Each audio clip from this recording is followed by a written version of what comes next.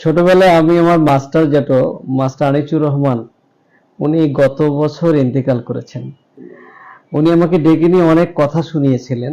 ওনার কথার মধ্যে অনেক ছন্দ এবং কথার মধ্যে অনেক অলংকারিত লুকিয়ে থাকতো, এবং তিনি খুব অকপটে সেগুলো আমাদেরকে বলতেন।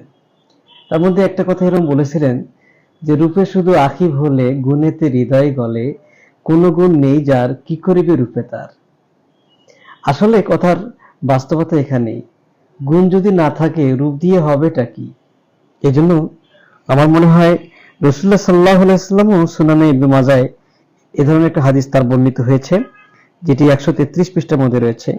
রাসূলুল্লাহ সাল্লাল্লাহু আলাইহি ওয়াসাল্লাম বলেছেন, লা তাজাওয়াজুন নিসা লিহুসনিহিন্না, তোমরা নারীদের শুধু রূপ সৌন্দর্য দেখেই বিবাহ করিও না। ফাসা হুসনুহুন্না আইয়ুরদিয়াহুন্না, অচিরেই তাদের রূপ সৌন্দর্য নষ্ট হয়ে যাবে। রূপ সৌন্দর্য তো থাকার কথা নয়। বুড়ো হলে, বুড়ি হলে চামড়াগুলো উস্কো খুস্কো হয়ে যাবে, ভাঁজ পড়বে, তারপর গালের মধ্যে শেয়াল পড়বে, মাছতে জমবে, নানা প্রকার অবস্থার সৃষ্টি হবে। কাজেই রূপ সৌন্দর্য সবসময় তো থাকবে না। এই রূপকে দেখেই বিয়ে করলে ঠকে যাবে যুবক ভাইরা আমার।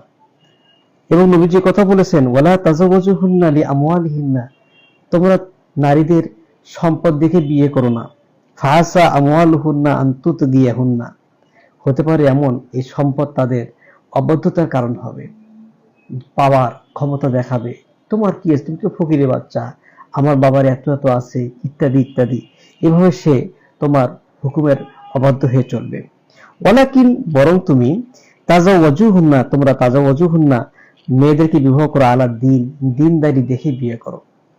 ওয়ালা আমাতুন খরমাউ সাউদাউ জাতু দিন আফজাল, জেনে রেখো, একটা কান কাটা কালো কুচকুচে কালো নারী দাসীবাদী, সেও যদি দিনদারি হয়, ওই সৌন্দর্য টাকাওয়ালা এগুলো চেয়ে সুন্দর, এগুলো চেয়ে উত্তম হবে।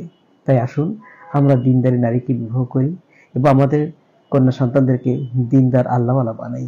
আল্লাহ সুবহানাহু ওয়া তাআলা আমাদেরকে তৌফিক নসিব করেন। আমিন।